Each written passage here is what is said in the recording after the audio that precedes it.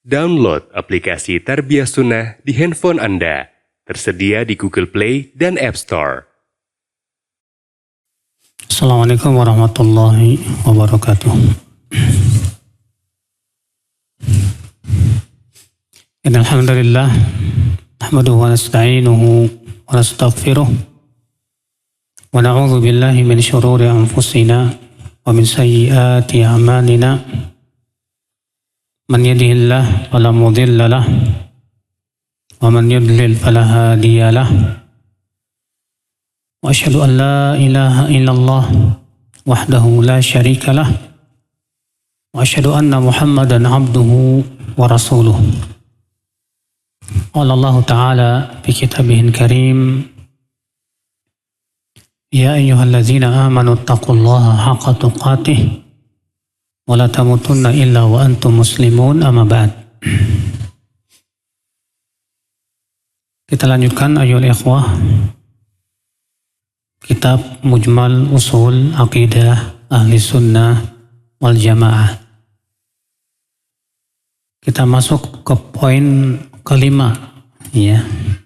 Karena poin 1, 2, 3 itu dan 4 sudah dibahas walaupun secara global. Kata beliau, Al-Qur'anu yajibu an yufassara bima huwa ma'lumun min manhajis salaf wala yajuzu tafsiruhu birra'yi al-mujarrad fa innahu min al-qawli 'ala Allahi bighairi ilmin wa ta'wiluhu bi ta'wilatil batiniyyati wa amsalha kufrun. Al-Qur'an wajib ditafsirkan dengan sesuatu yang maklum, artinya telah diketahui dari manhaj salaf. Dan tidak boleh menafsirkan Al-Quran hanya dengan pendapat, hanya dengan akal. Karena itu termasuk berkata atas Allah dengan tanpa ilmu.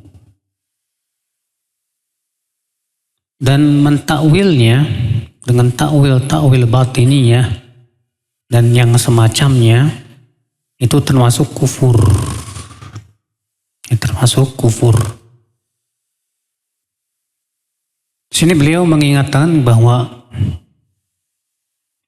yang pertama, Pak, wajib menafsirkan Al-Quran sesuai dengan manhaj salaf. Yang kedua, tidak boleh menafsirkan Al-Quran hanya dengan akal saja, pendapat saja. Pertanyaannya, bagaimana tata cara tafsir menurut manhaj salaf?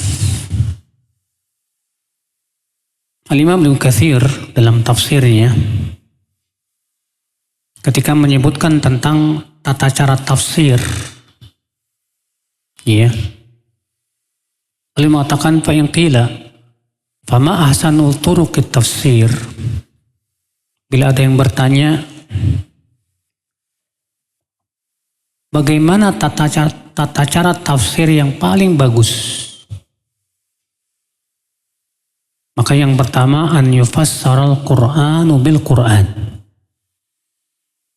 Itu tafsirkan Al-Qur'an dengan Al-Qur'an.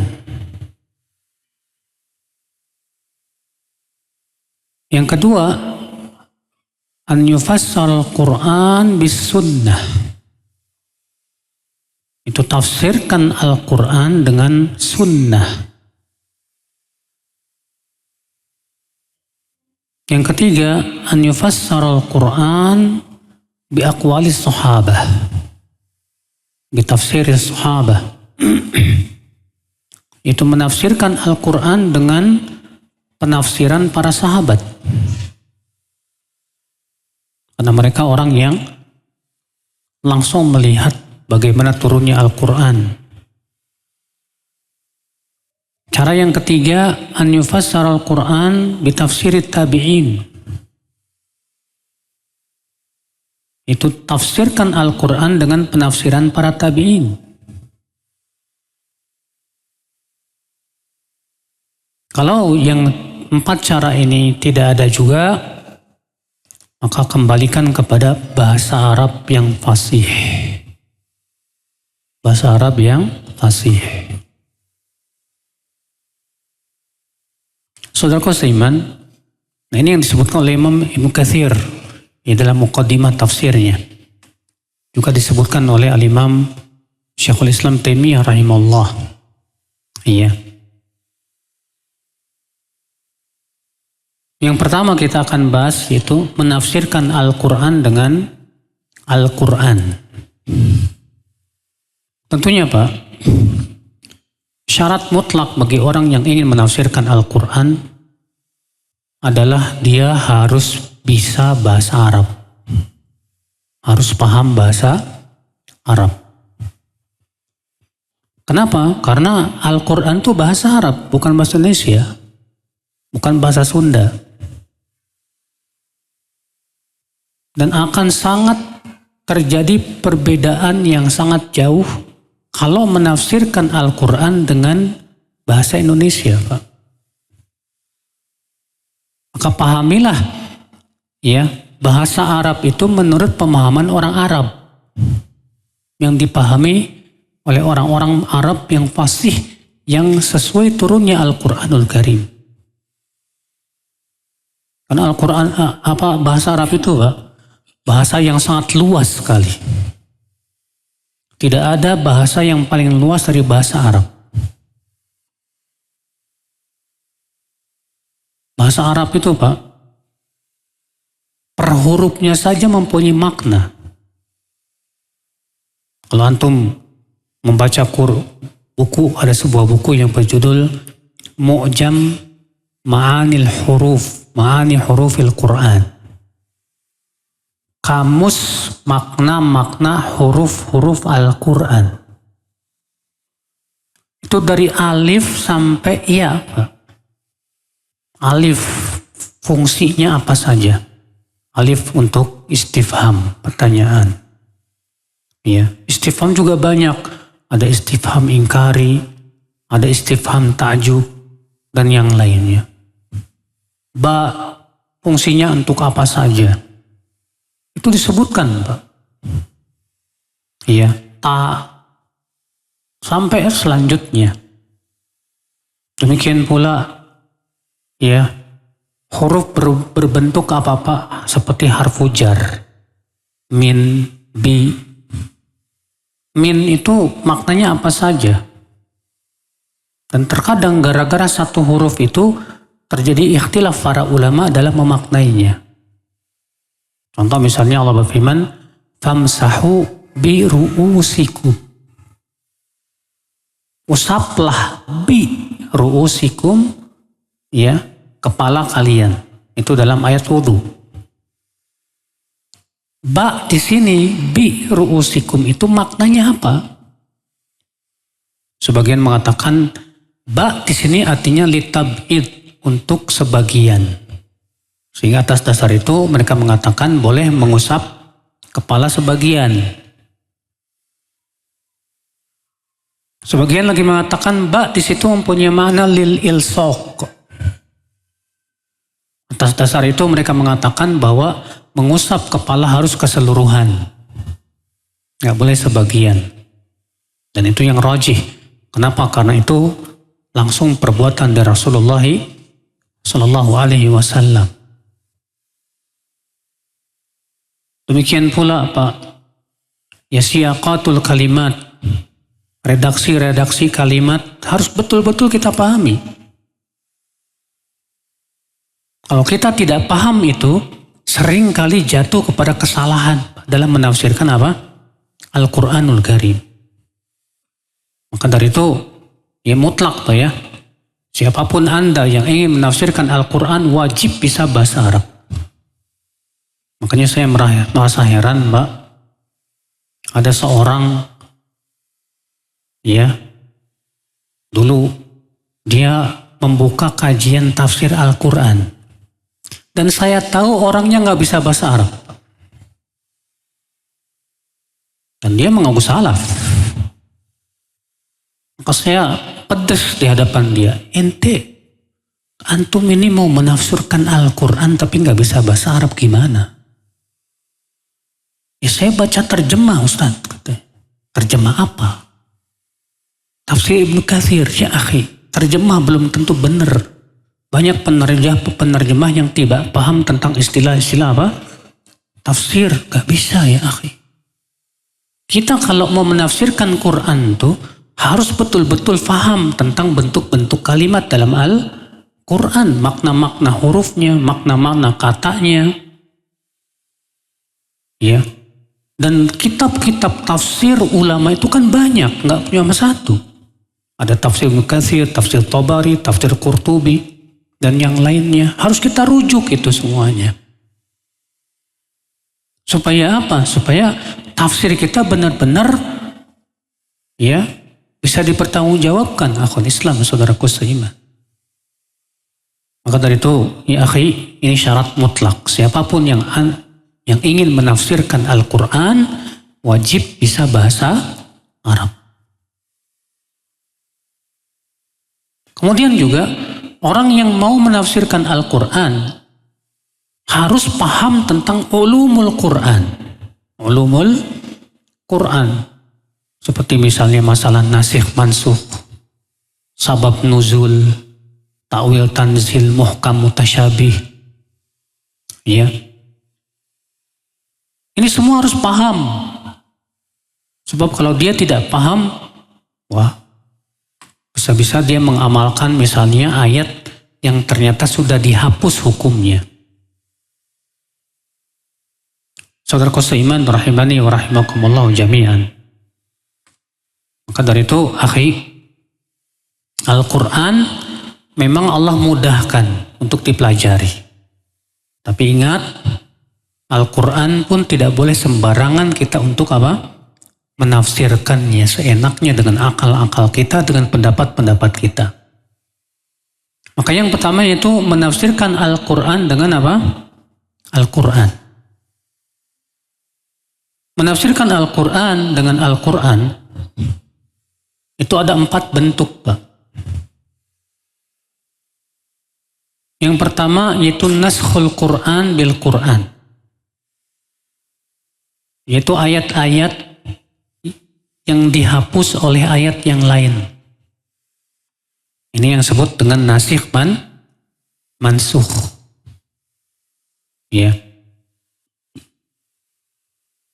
Contoh misalnya ayat surat An-Nahl ayat 67. Allah berfirman, "Wa min thamaratin nakhili wal a'nabi tattakhizuna minhu sakaran wa rizqan hasana." Dan di antara buah-buahan kurma dan anggur, kalian bisa menjadikannya sesuatu yang memabukkan dan rezeki yang baik. Orang kalau tidak paham nasikh mansukh, Pak, langsung memahami ayat ini apa, Pak? Berarti boleh dong bikin arak buat mabuk-mabukan. Kenapa? Karena ayat ini mengatakan di antara buah-buahan kurma dan anggur bisa kalian jadikan sesuatu yang memabukkan. Lihat. Tattakhizuna minhu sakara. Tapi ayat ini sudah dimansuh. Allah berfirman, "Ya ayyuhalladzina amanu innamal khamru wal maisir wal ansabu rijsum min amali syaitan fajtanibuh." Hai orang-orang yang beriman, sesungguhnya arak, judi, ansab dan azlam itu najis dari perbuatan setan, maka jauhi oleh kalian agar kalian beruntung. Ikhwata Islam, saudaraku seiman. Bentuk yang kedua, Pak, itu takhsisul Quran li umumil Quran. Itu mencari ayat-ayat yang khusus, yang mengkhususkan keumuman ayat yang umum. Ada ayat yang berbentuk umum, ada ayat berbentuk apa? Khusus. Contoh misalnya, Allah berfirman dalam surat Al-Baqarah ayat 234. Walladzina yutawaffawna minkum wa yadharuna azwajan yatarabbasna bi anfusihinna arba'ata ashhuri wa ashra. Dan orang-orang yang suaminya meninggal, ya, orang-orang yang meninggal dunia di antara kalian. Ya, dan orang-orang yang meninggal dunia di antara kalian dan meninggalkan istri, maka hendaklah istri itu menunggu selama 4 bulan 10 hari. Artinya iddahnya wanita yang kematian suami berapa? 4 bulan 10 hari. Ini umum, Pak. Tapi ternyata ada ayat lain yang mengkhususkan ayat itu.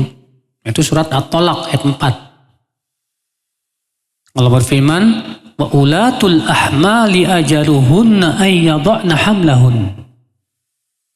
Dan wanita-wanita yang sedang hamil lalu ditinggal mati suaminya, maka iddahnya itu sampai melahirkan. Dikecualikan untuk wanita yang sedang hamil. Kalau wanita yang sedang hamil kemudian meninggal oleh suaminya, maka tidak harus menunggu 4 bulan 10 hari. Tapi menunggu sampai kapan? Dia melahirkan. Kalau sudah melahirkan, selesai iddahnya. Iya. Bentuk yang ketiga, itu taqyidul Quran li mutlaqil Quran.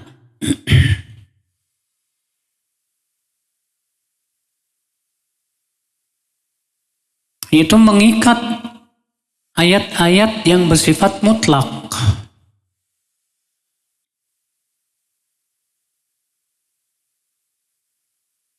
Ya, mengikat ayat-ayat yang bersifat apa? Mutlak. Seperti firman Allah, fawailul lil musallin, mutlak. Kemudian Allah ikat, siapa dia? Alladzina hum an salatihim sahun. Maka tidak boleh seseorang hanya berhenti fawailul lil musallin, ini bahaya, Pak. Bahaya. Dan Allah mengatakan celaka untuk orang yang sholat. Maksudnya orang sholat celaka. Maka harus diikat. Maksudnya apa ini? Dijelaskan. Itu orang yang lalai dari sholat mereka.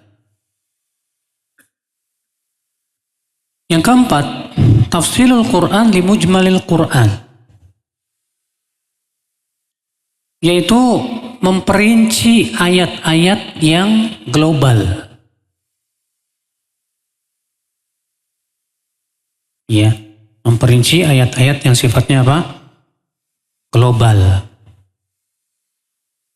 Seperti firman Allah dalam surat Al-Ghashiyah. Hal ataka hadithul ghashiyah, wujuhu yawma idzin khashiyah. Kata-kata Al-Ghashiyah, hadithul ghashiyah sifatnya global. Kemudian diperinci. Maksudnya apa? Wujuhu yawma idzin apa? Khashiyah.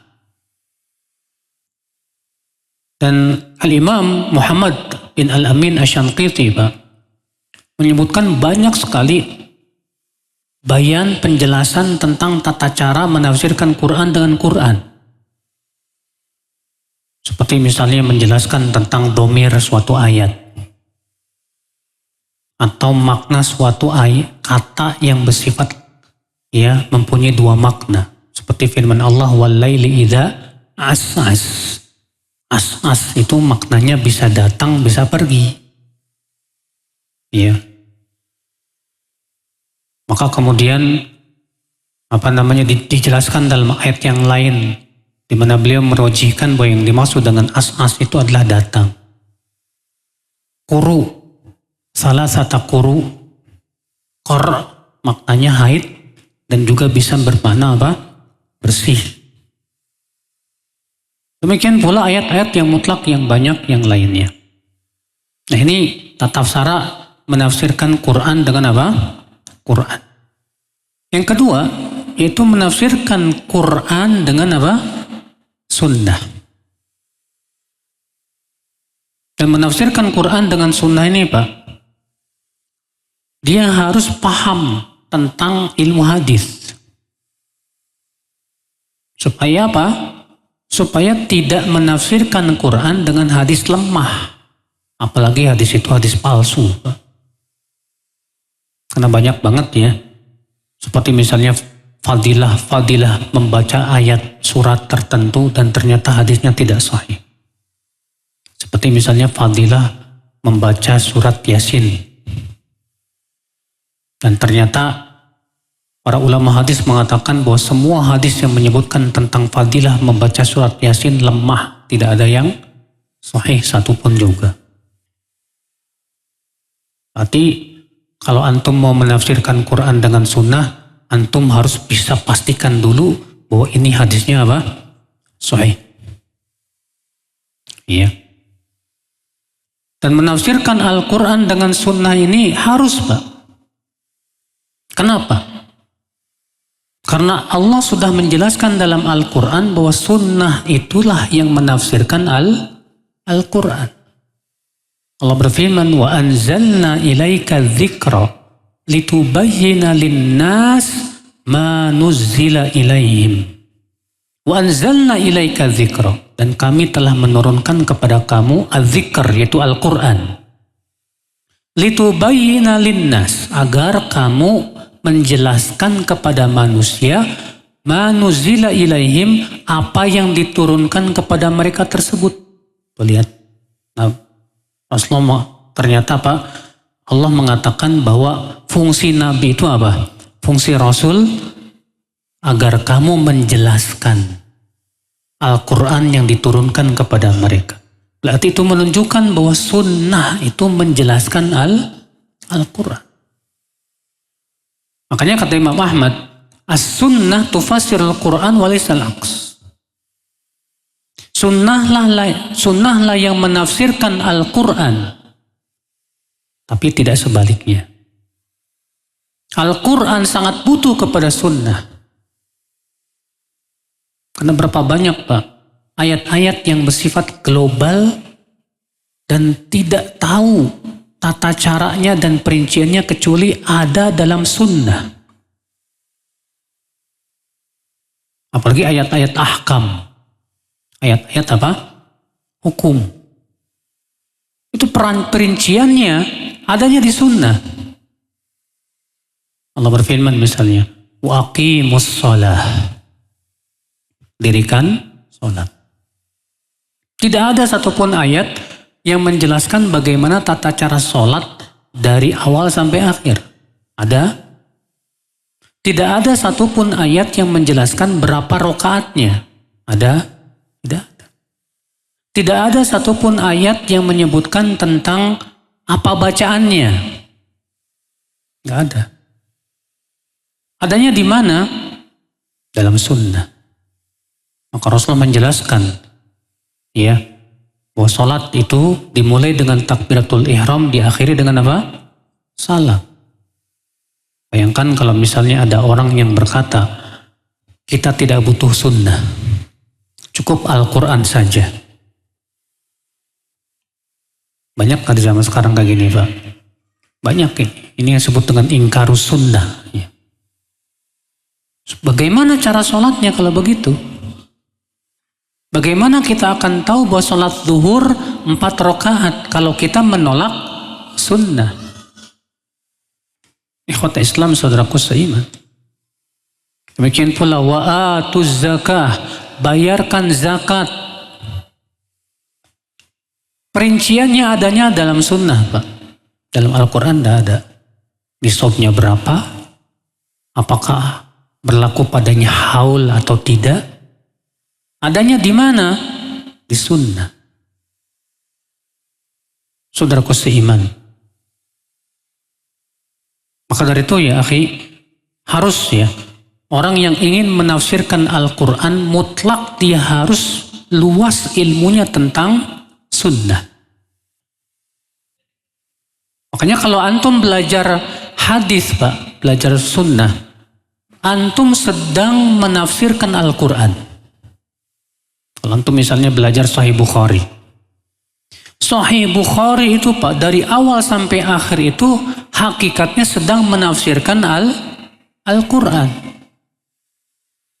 Antum buka misalnya tentang Kitabul Iman dalam Sahih Bukhari.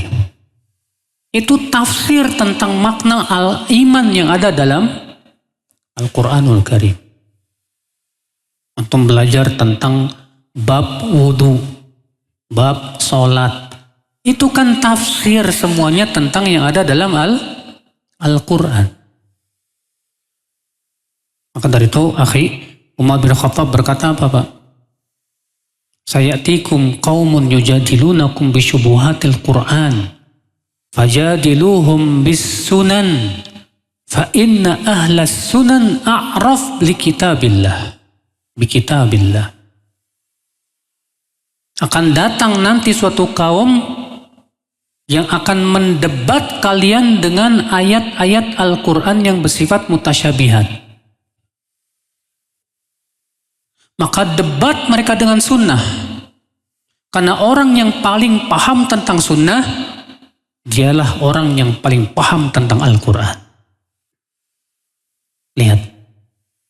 Itu orang yang paling paham tentang sunnah, dia orang yang paling paham tentang apa?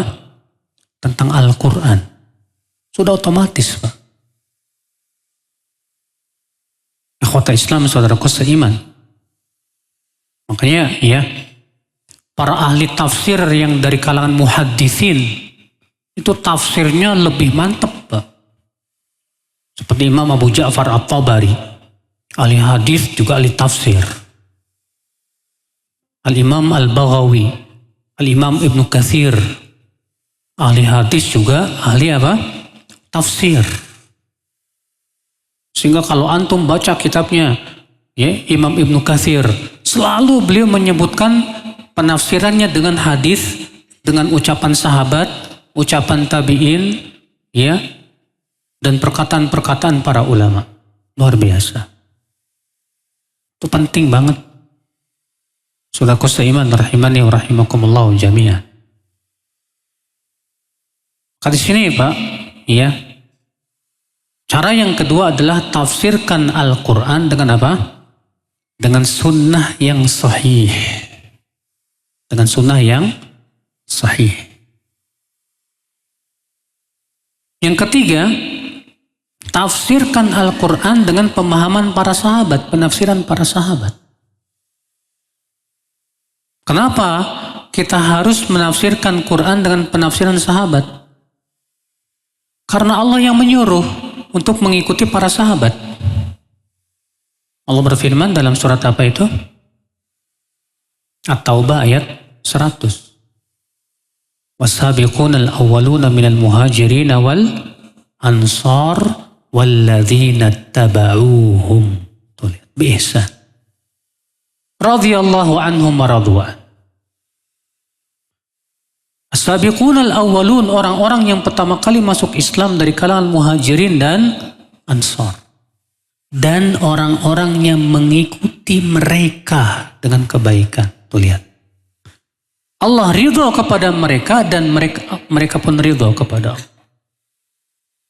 Allah sudah menyatakan keridhoannya buat siapa, Pak? Muhajirin, ansar, dan orang-orang yang mengikuti mereka. Mengikuti dalam apa? Tentu dalam pemahaman terhadap Al-Quran dan sunnah, ya akhi. Berarti mafhum mukhalafah ayat ini apa, Pak? Mafhum mukhalafah ayat ini menunjukkan orang yang tidak mau mengikuti pemahaman para sahabat, Allah tidak ridho. Allah tidak ridho. Ikhwata Islam, saudaraku seiman, rahimani wa rahimakumullahu jami'an. Walaupun tentunya, Pak, penafsiran sahabat pun juga harus dipastikan kesahihannya loh, Pak. Sebuah contoh misalnya, ya, tentang makna illa abiri sabilin hatta taqtasilu. Dalam surat An-Nisa, demikian pula Al-Maidah. Kecuali abiri sabilin. Diriwayatkan dari Ibnu Abbas bahwa yang dimaksud dengan abiri sabilin adalah wanita haid yang lewat ke masjid sebatas lewat saja. ternyata sanadnya dhaif kepada Ibnu Abbas. Karena dari riwayat Atiyah Al-Aufi. Dan Atiyah Al-Aufi itu sangat lemah. Sehingga tertolak. Yang sahih dari Ibnu Abbas bahwa penafsirannya abiru sabilin ini musafir. Abiru sabilin itu siapa? Musafir. Sebagaimana dalam riwayat Ali bin Abi Talhah. Dan itu riwayat yang sahih.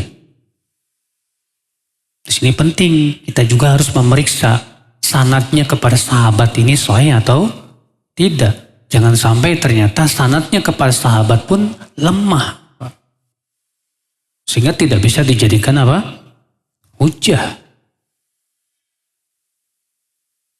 Ada sebuah buku yang bagus banget ya, yang ditulis oleh dosen saya dulu waktu di Madinah, Syekh Hikmat Bashir. Judulnya At-Tafsirus Sahih. At-Tafsir As-Sahih.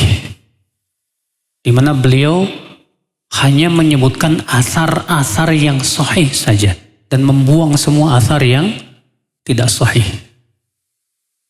Iya. Ikhwat Islam, saudaraku seiman, rahimani, rahimakumullah jami'an.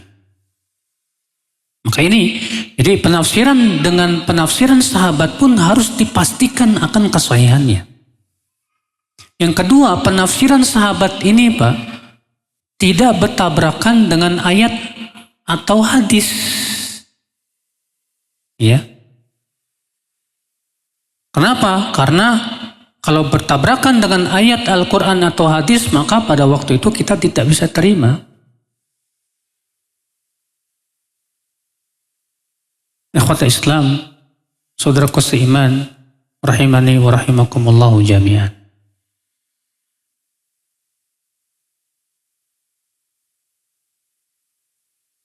Kemudian saudaraku seiman, itu menafsirkan Al-Quran dengan tabi'in.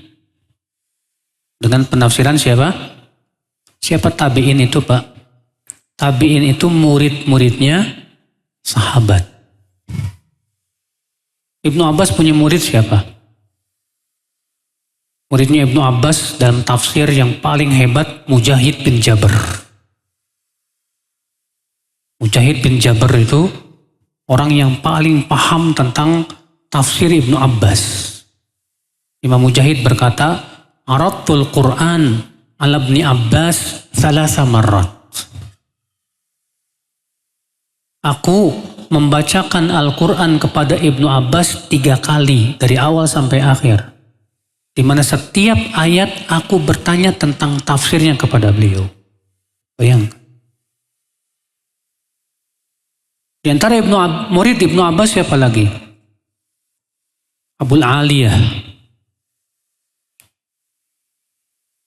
Seorang tabi'in, juga seorang ahli tafsir. Di antaranya siapa lagi? Sa'id bin Jubair. Ali bin Abi Talhah. Ini murid-murid Ibnu Abbas semua, Pak. Ya. Dan Ibnu Abbas, kita sendiri sudah tahu ya, bahwa beliau ini sahabat yang paling paham tentang tafsir Al-Quran. Kenapa? Karena berkat doanya Rasulullah SAW. Rasulullah mendoakan Ibnu Abbas apa Pak? Allahumma faqihhu fid din wa'allimhu ta'wil. Ya Allah, faqihkan Ibnu Abbas dalam agama dan ajarkan Ibnu Abbas ta'wil, yaitu tafsir. Masya Allah. Di antara ulama sahabat yang ahli tafsir siapa lagi Pak? Abdullah bin Mas'ud radhiyallahu anhu. Abdullah bin Mas'ud seorang ahli tafsir dari kalangan sahabat Nabi Shallallahu Alaihi Wasallam. Di antaranya Umar bin Khattab radhiyallahu anhu arba. Ya. Dan banyak para tabi'in yang mengambil dari 3 orang ini Pak. Di antaranya tadi Mujahid, Abul Aliyah, Sa'id bin Jubair dan yang lainnya. Maka mereka orang yang paling paham tentang penafsiran para sahabat Rasulullah Sallallahu Alaihi Wasallam. Apalagi generasi ini termasuk generasi yang terbaik ya. Yang disebutkan dalam hadis khairun nasi qarni, tsummal ladzina yalunahum, tsummal ladzina yalunahum. Ya. Kemudian setelah itu baru kita merujuk bahasa Arab yang fasih.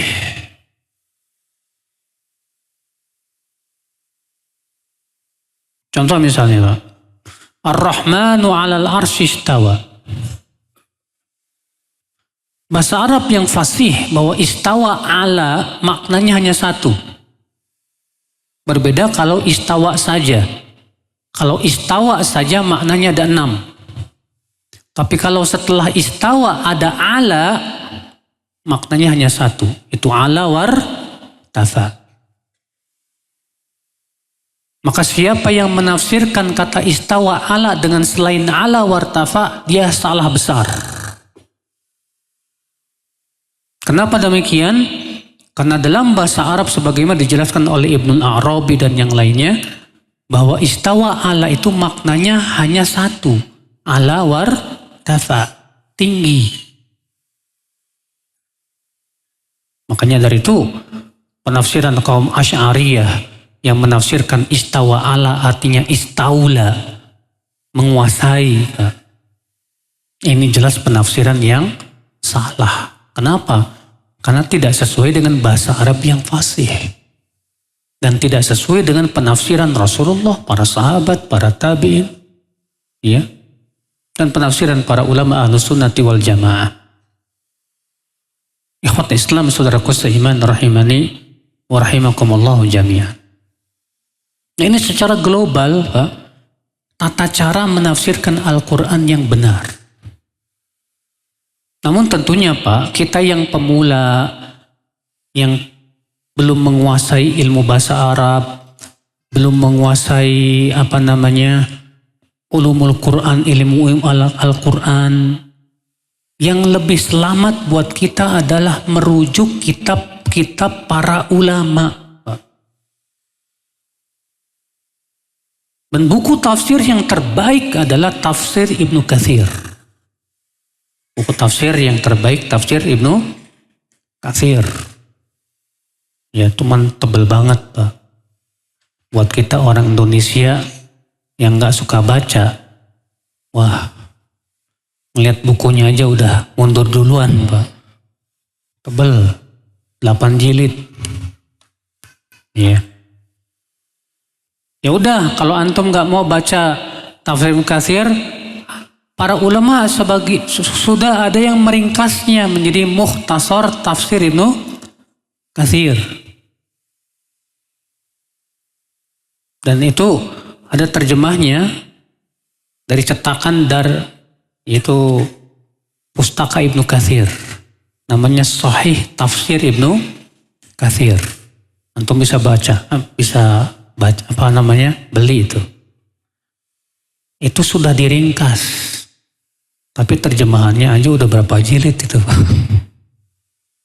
Masalahnya itulah Pak. Semangat kita bacanya lemah sekali. Kita ini senangnya yang instan-instan.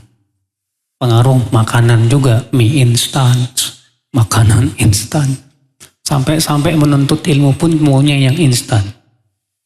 Coba kita tumbuhkan Pak semangat baca kita untuk bisa membaca kitab-kitab para ulama. Ikhwata Islam, saudaraku seiman, rahimani wa rahimakumullah jami'an. Nah ini ya akhi secara global daripada tata cara menafsirkan Al-Quran. Kemudian beliau berkata, wala yajuzu tafsirul Quran tafsiru birra'yil mujarrad. Dan tidak boleh menafsirkan Al-Quran hanya dengan akal. Banyak sekali akhi, tafsir-tafsir di zaman sekarang hanya dengan akal-akalan saja. Contoh orang N11 menafsirkan firman Allah, wallahu yad'u ila daris salam. Dar artinya negara, salam artinya Islam. Maksudnya negara Islam. Berarti N11. Berarti Allah menyeru kepada N11. Subhanallah, ini tafsiran dari mana ini? Tafsiran seenaknya, Pak. Contoh lagi, orang yang suka khuruj, Pak. 3 hari, 7 hari. Ambil ayat. Kuntum khaira ummatin ukhrijat linnas. Ukhrijat tuh. Kalian sebaik-baik umat yang dikeluarkan kepada manusia. Disuruh keluar katanya tuh. Tafsiran dari mana? Baik, sudah masuk Isya. Nah. Alhamdulillah. Wassalatu wassalamu ala rasulillah. Kita lanjutkan sedikit, kemudian kita buka tanya jawab. Kemudian beliau berkata, wala yajuzu tafsiruhu birra'il mujarrad. Tidak boleh menafsirkan Al-Quran hanya dengan akal. Kenapa? Fa innahum minal qawli 'ala Allah bighairi ilmin. Karena itu termasuk berkata atas Allah dengan tanpa ilmu. Karena berkata dengan tanpa ilmu, akhi, termasuk sumber berbagai macam kesesatan. Semua kesesatan, syirik, bid'ah, berbagai macam penyimpangan, semua muncul dari berkata tanpa ilmu. Makanya Allah berfirman dalam surat Al-A'raf ayat 33 ketika menyebutkan tentang perkara-perkara yang Allah larang. Allah berfirman, "Qul innama harrama rabbiyal fawahisha ma dhahara minha wa ma batan wal ithma wal baghya bighairil haqqi wa an tusyriku billahi ma lam yunazzil bihi sultana wa an taqulu 'ala Allahi ma la ta'lamun." Katakan, sesungguhnya yang diharamkan oleh Rabbku apa saja? Fahisyah, yang tampak maupun yang tersembunyi, dan dosa, dan berbuat zalim di muka bumi dengan tanpa hak. Dan kamu mempersekutukan Allah dengan sesuatu. Lihat, Allah mulai dari fahisyah, naik dosa, naik zalim, naik syirik. Dan ternyata Allah tidak menutup ayat itu dengan syirik. Allah tutup dengan ayat itu apa? Wa an taqulu 'ala Allahi ma la ta'lamun. Dan kamu berkata atas Allah dengan tanpa ilmu. Kenapa Allah tutup ayat ini dengan berkata tanpa ilmu? Kata para ulama, li'annahu 'umdatud dhalal. Karena berkata tanpa ilmu itu sumber berbagai macam kesesatan. Sumbernya munculnya syirik gara-gara ngomong tanpa ilmu. Sesajen boleh katanya, jimat boleh, asal kita tawakalnya sama Allah. Iya, ini kan berkata tanpa ilmu. Boleh tabaruk ke kuburan orang soleh. Ini kan berkata tanpa ilmu. Yang akibatnya apa? Akibatnya terjadilah kesyirikan. Berbagai macam kebid'ahan berakibat berkata tanpa ilmu. Bukan berdasarkan dalil. Hanya akal-akalan semata. Makanya berat, Pak. Maka menafsirkan Quran hanya dengan akal, ini termasuk berkata tanpa ilmu. Makanya siapapun yang menafsirkan Al-Quran, wajib kita lihat mana dasarnya dari Al-Quran, dari Sunnah, dari penafsiran para sahabat. Ada tidak penafsiran dari mereka? Kalau tidak ada, hati-hati. Ikhwat Islam, saudaraku seiman. Seperti misalnya menafsirkan syu'ara dengan pemusik. Ada tidak? Gak ada satupun. Tafsir manapun kalau antum buka nggak ada yang menafsirkan itu. Iya. Ikhwata Islam, saudaraku seiman. Kemudian kata beliau, wa ta'wiluhu bi ta'wilatil batiniyah wa amsalihha kufrun. Dan mentakwil Al-Quran dengan takwil-takwil batiniyah dan yang semisalnya itu termasuk kufur. Siapa batiniyah? Mereka salah satu firqah dari kalangan Syiah. Mereka punya keyakinan Al-Quran itu punya makna lahir dan makna apa? Batin. Menurut mereka, penafsiran para ahli tafsir itu Pak, makna lahir semuanya. Makna batin itu katanya hanya diketahui oleh imam-imam mereka. Yang dengan cara itulah mereka mengotak-ngatik Al-Quran sesuai dengan keinginan mereka.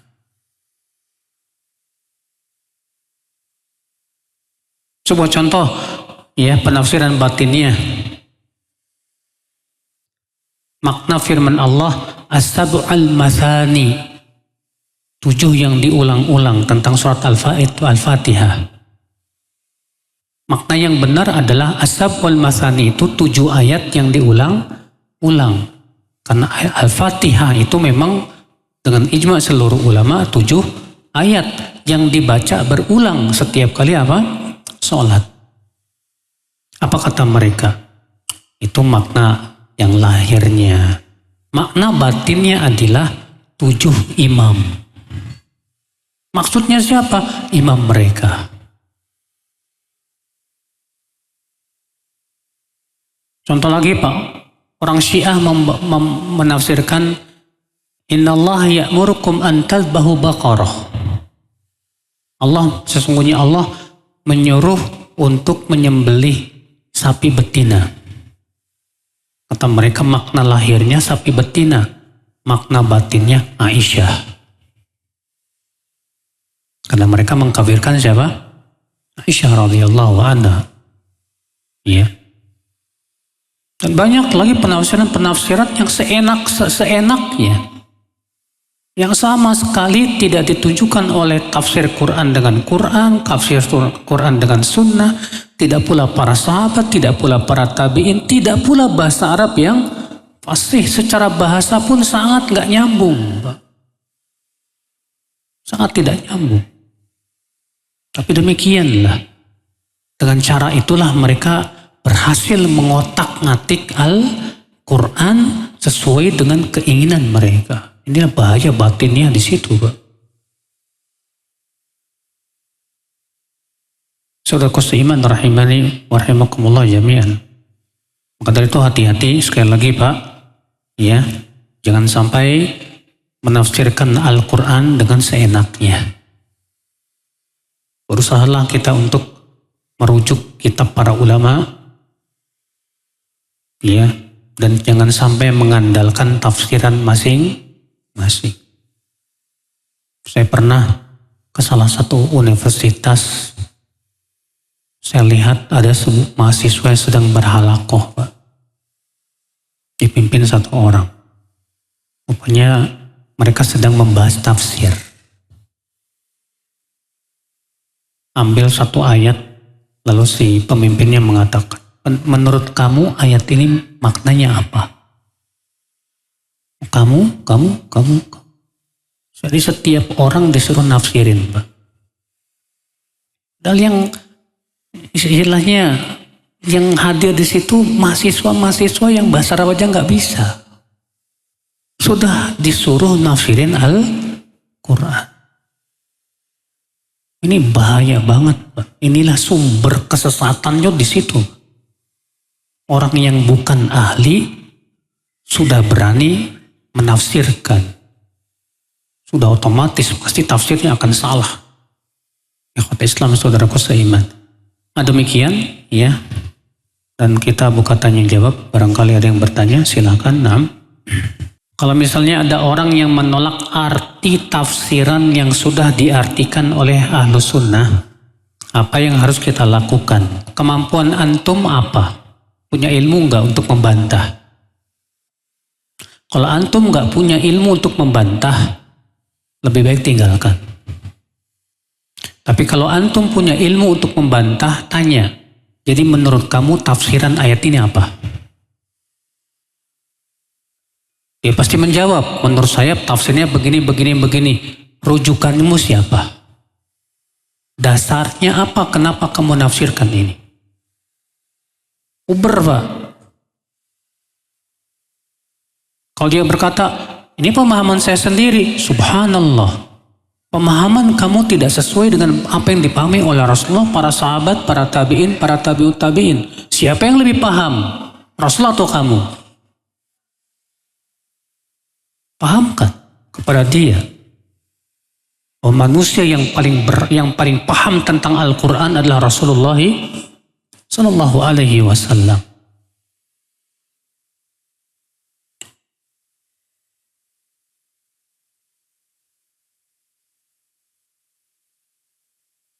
Apakah sudah dikatakan nusyuz apabila seorang istri keluar dari rumah meninggalkan suami dan anak dalam beberapa hari?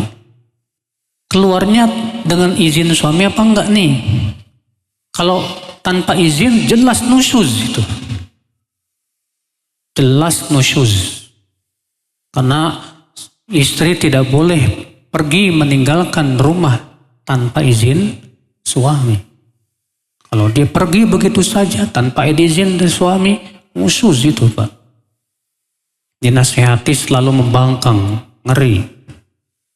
Tidak bersyukur atas pemberian suami dan selalu kurang. Udahlah ganti engsel pintunya, Pak. Masih banyak insya Allah yang lebih soleha dari itu. Pernah Nabi Ibrahim mendatangi anaknya Ismail ke rumahnya. Ternyata anaknya Ismail lagi nggak ada. Yang ada istrinya. Lalu Nabi Ibrahim bertanya kepada istrinya, bagaimana kehidupan kamu? Rupanya istrinya ini ngeluh terus, kita selalu kurang gini. Kata Nabi Ibrahim, kalau Ismail datang, sampaikan salam dari saya, suruh ganti engsel pintu. Pergilah Nabi Ibrahim. Datanglah Ismail. Kemudian istrinya berkata, tadi ada orang tua datang dan dia mengirimkan salam buat kamu dan katanya suruh ganti engsel pintu. Kata Nabi Ismail, itu ayahku. Yang dimaksud dengan engsel pintu itu kamu. Makanya diceraikan, nikah lagi dengan wanita solehat. Suatu ketika datang lagi Nabi Ibrahim. Lalu bertanya, mana Ismail? Dia lagi pergi cari nafkah. Bagaimana kehidupanmu? Alhamdulillah. Saya bersyukur atas nikmat Allah. Iya. Kata Nabi Ibrahim, kalau Ismail pulang, sampaikan salam buat dia dan bilang pertahankan engsel pintunya. Iya.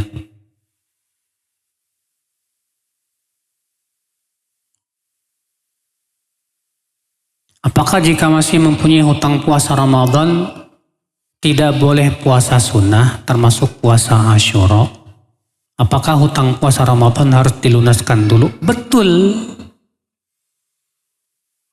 Karena kaidahnya Pak, yang wajib itu harus didahulukan daripada yang sunnah. Bagaimana antum sibuk dengan yang sunnah, melalaikan yang wajib? Aneh ini namanya, Pak. Maka dari itu, ya, dahulukan yang wajib dulu. Baru kemudian setelah itu baru kejar yang sunnah.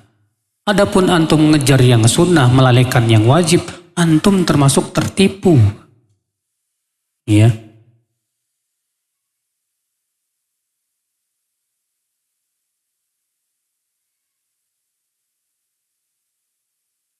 Haram nggak suami suka nonton TikTok? Ini yang ditonton apa ini? Dimana yang jualannya itu akhwat bahkan tidak berhijab. Oh, ini kayaknya mau beli. Kalau memang penjualnya itu akhwat, sebaiknya suami ngasih ke istri aja. Ya. Nah, ini yang jualannya akhwat, kamu aja yang beli sana. Itu lebih selamat hatinya. Ya. Ingat akhi, jangan pernah merasa aman dari namanya fitnah wanita. Rasulullah mengatakan, ma taraktu ba'di fitnatan hiya adharru ala rijal minan nisa. Tidaklah aku tinggalkan fitnah yang paling berbahaya untuk laki-laki dari siapa? Wanita. Seorang salaf terdahulu berkata, umurku sudah 80 tahun, tapi aku masih khawatir fitnah wanita. 80 tahun. Antum berapa? Masih muda, masih menggebu-gebu syahwat. Kemudian antum menganggap, insya Allah gak bakal terfitnah. Nah itu. Berarti antum merasa aman dari makar Allah. Hati-hati itu. Apa hukumnya ibu-ibu perempuan senam di lapangan terbuka? Ya gak boleh tuh Pak. Semua menyaksikan. Ya, lenggak-lenggok, gerak-gerak sana sini. Gak boleh, saudaraku. Wanita itu disuruh oleh Allah menyembunyikan perhiasannya. Allah berfirman, ya. Kata Allah Subhanahu wa taala, wala yubdina zinatahunna, janganlah mereka memperlihatkan perhiasan mereka. Allah juga berfirman, waqarna fi buyutikunna wala tabarrajna tabarrujal jahiliyatil ula. Tinggallah kalian di rumah-rumah kalian dan jangan kalian tabarruj seperti tabarrujnya wanita jahiliyah.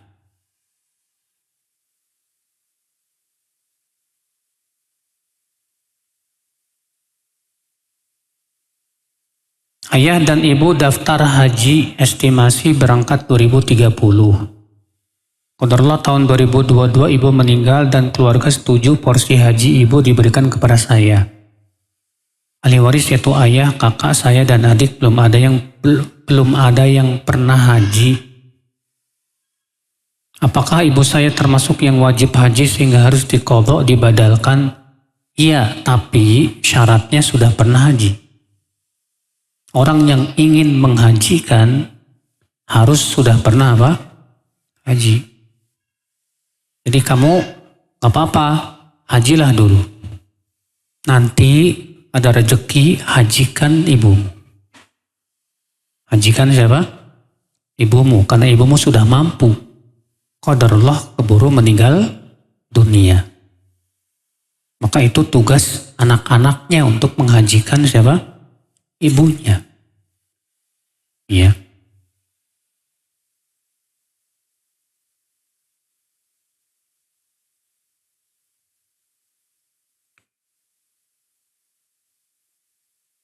Bolehkah memasang gigi palsu? Boleh.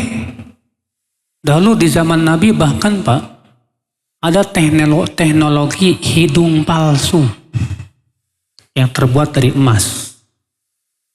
Karena banyak sahabat ketika perang tuh hidungnya terpotong. Kalau dibiarkan membusuk.